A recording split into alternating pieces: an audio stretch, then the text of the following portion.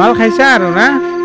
চা ভাই, জীৱনত সদায় মন পচন্দৰ কামহে কৰিব লাগে। হয় দে সেইটো বাৰু হয় দেচোন। কিন্তু চালা মই মোৰ মন পচন্দৰ মতে মই বিয়াই পাতিব পৰা নাই। এতিয়া ৰাস্তাত অলপমান মনে মনে গেলি বেছি ভাল হ'ব। মই মন পচন্দৰ বিয়াই পাতিব নাই, শান্তি নাই ঘৰখনত।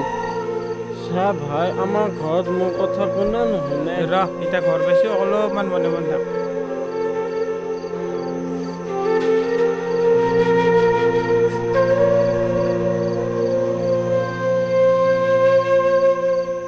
নব, এইটো লগ প্ৰণৱৰ গাড়ীৰ চাবিটো।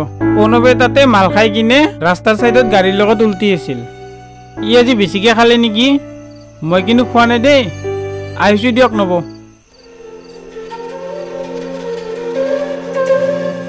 হাত চাদি